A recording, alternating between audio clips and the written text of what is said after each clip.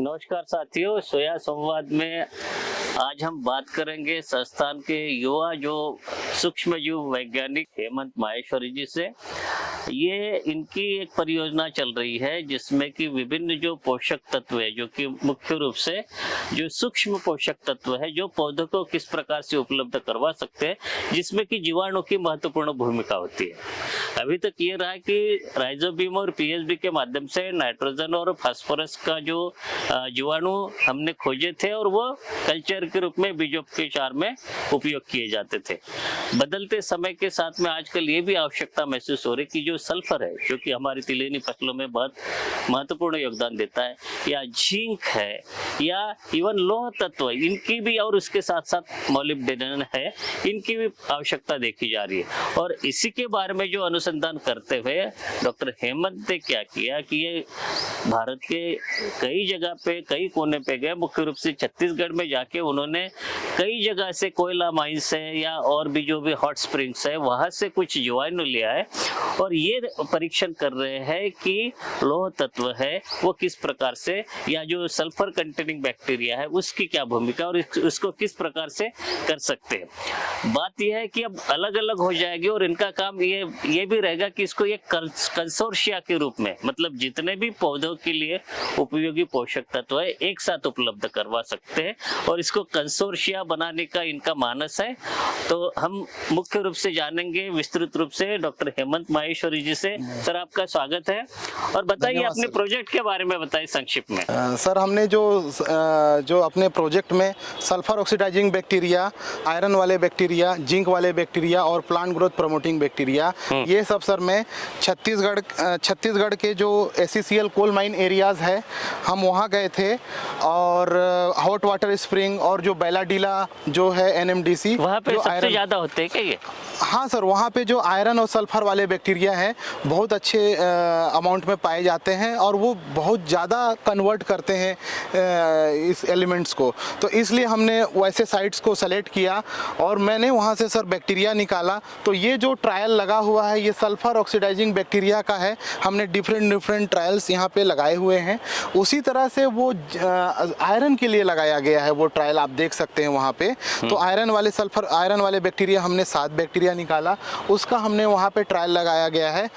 उसी तरह से जो सल्फर और लोह तत्व का आपने बताया, ये जो दोनों, ये जो परीक्षण जो हम चल रहे हैं वो जो देख रही है सल्फर वाले हैं, और उधर आयरन वाले हो गए। उसी तरह से सर हमने जो है सल्फर वाले बैक्टीरिया अनियन और गार्लिक से भी निकाला है वहाँ पे, क्योंकि उनके जो जड़ में भी बहुत ज़्यादा सल्फर वाले बैक्टीरिया होते हैं। तो हमने वहाँ से भी निकाला और हमने उसका प्रयोग किया है। और उसके बाद प्लांट ग्रोथ प्रमोटिंग बैक्टीरिया हमें मिले उन iron and coal mine area से।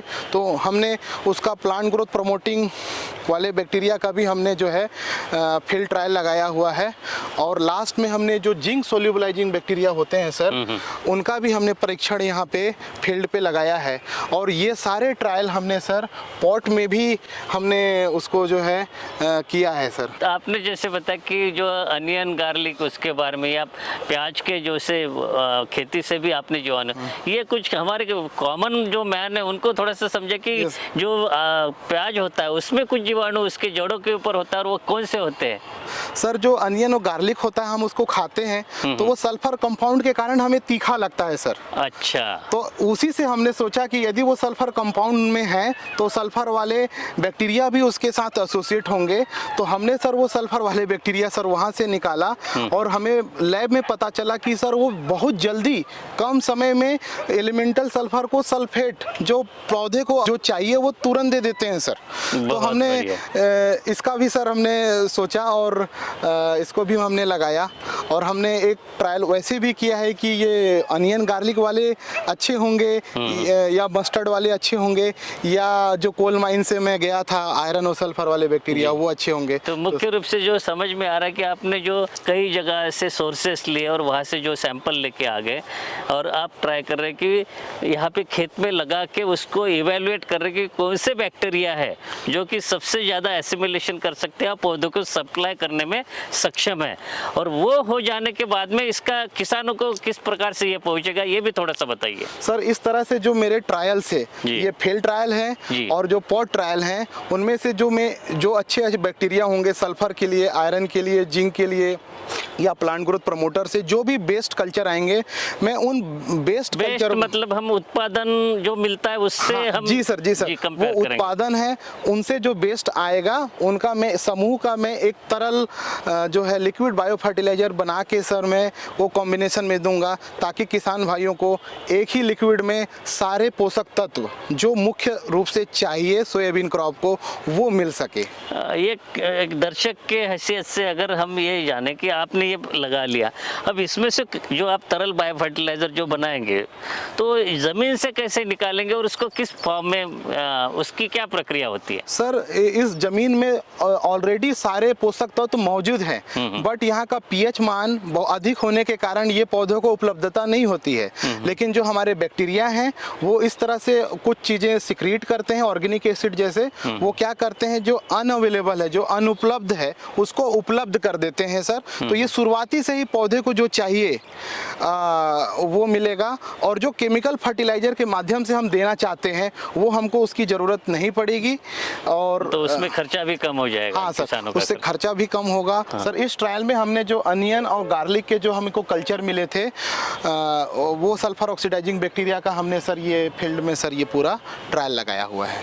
अच्छा, ये और इसके बाद वाला जो ट्रायल जो है, इसके बाद सर जो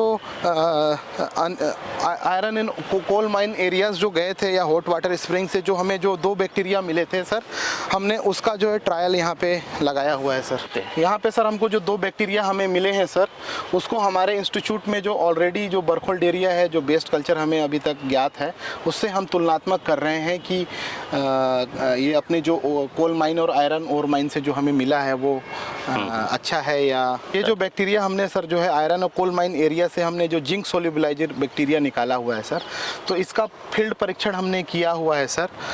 और ये जो सारे ट्रायल्स हैं इसको हमने सर पोर्ट में भी हमने लगाकर हम देखना चाह रहे थे। तो चलो वहाँ पे चलते हैं, पॉट एक्सपेरिमेंट देखेंगे। Yes sir, thank you. बताइए जो इसमें क्या किया जा रहा है?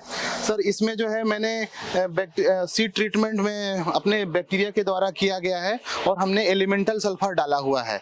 तो ये जो बैक्टीरिया है एलिमेंटल सल्फर को इस्तेमाल करके वो सल्फेट में परिवर्तित करेंगे और ये प्लांट को मिलेंगे। तो इससे ये मेरा मानना है कि इससे ऑयल कंटेंट बढ़ेगा और ये प्लांट की ग्रोथ भी अच्छी होगी।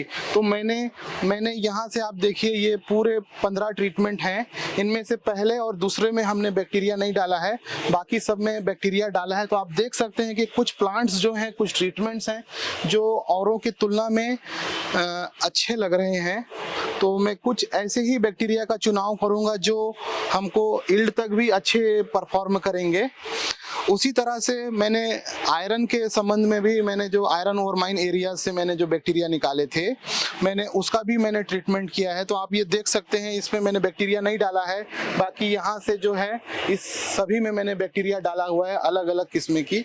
तो हाँ, यहाँ पे नजर आता है, यहाँ पे ग्रोथ थोड़ी सी कमजोर है लेकिन यहाँ पे ग्रोथ बढ़िया है। ये बैक्टीरिया का फायदा आपको दिखाई दे रहा है। सर ये सर हमें ऐसे बाहर से हमें ये आयरन का हो गया, ये आयरन का। और दूसरे उसी तरह से सर ये जिंक का जो ट्रायल है इसमें बैक्टीरिया नहीं डाले हैं ये वाली पट्टी में, बाकी सब में हमने सर ये बैक्टीरिया डाला हुआ है।